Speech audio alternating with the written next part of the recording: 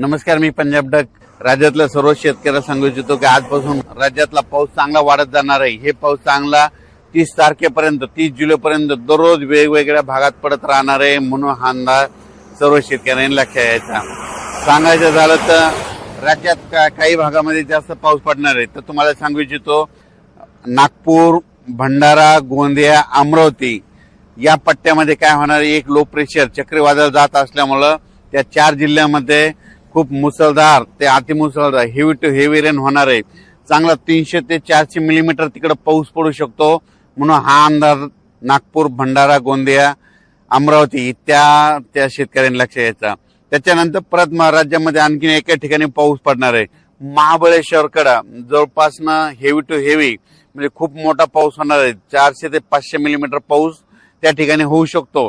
तर त्या ठिकाणी पाऊस झाल्याच्या नंतर कोयना जे धरण आहे ते आता भरू शकतंय. म्हणून ही अंदाज लक्षात घ्यायचा. कारण की महाबळेश्वर पाऊस पडणार आहे, त्याच्यामुळे त्याचं पाणी कोयनाकडे जाते, म्हणून ते कोयना धरण भरू शकतंय.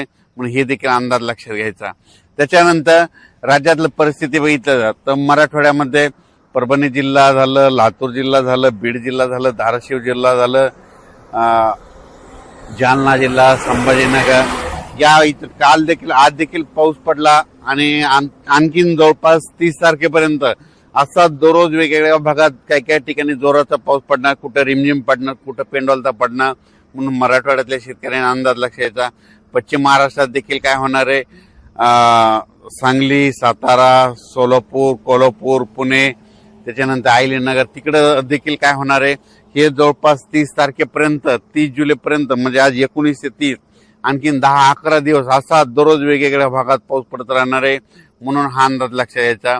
त्याच्यानंतर इकडे उत्तर महाराष्ट्राकडं नंदुरबार जिल्हा झालं, धुळे जिल्हा झालं, नाशिक जिल्हा झालं, त्याच्यानंतर अहिल्यानगर, इकडं संभाजीनगर ह्या पट्ट्यामध्ये देखील काय होणार आहे की तिकडे देखील असा म्हणजे 19 तारखेपासून ते 30 जुलैपर्यंत असा दररोज वेगवेगळ्या भागात विखुरलेल्या स्वरूपाचा पाऊस पडणार आहे. म्हणून हा अंदाज लक्षात यायचा. मुंबई पुण्याला देखील जोराचा पाऊस सुरू राहणार आहे. म्हणून हे देखील लक्षात यायचं.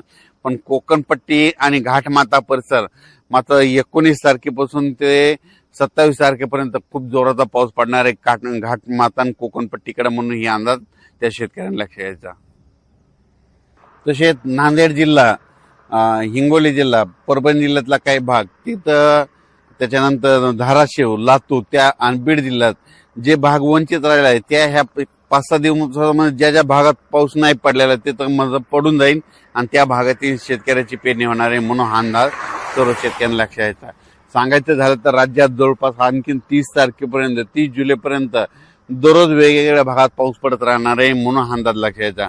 पण राज्यात मात्र 19 जुलै ते 26 जुलै त्यानंतर इकडं नागपूर, भंडारा, गोंदिया, अमरावती त्या परिसरामध्ये त्या 4 जिल्ह्यामध्ये काही ठिकाणी अतिमुसळधार पाऊस होणार आहे. म्हणून हा अंदाज त्या शेतकऱ्यांनी लक्षात यायचा.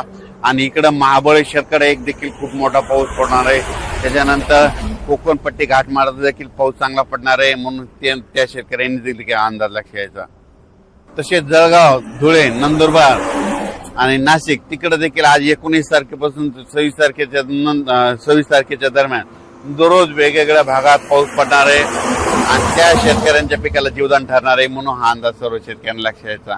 आणि त्याच्यानंतर अहिल्यानगर जिल्ह्यामध्ये आज 19 तारखेपासून ते 26 तारखेच्या दरम्यान दररोजच पाऊस वाढत जाणार आहे, सगळीकडे पडत जाणार आहे आणि सगळ्या अहिल्यानगर जिल्ह्यातील सर्व तालुक्यामध्ये पडणार आहे. म्हणून त्यांनी देखील हा अंदाज लक्षात यायचा.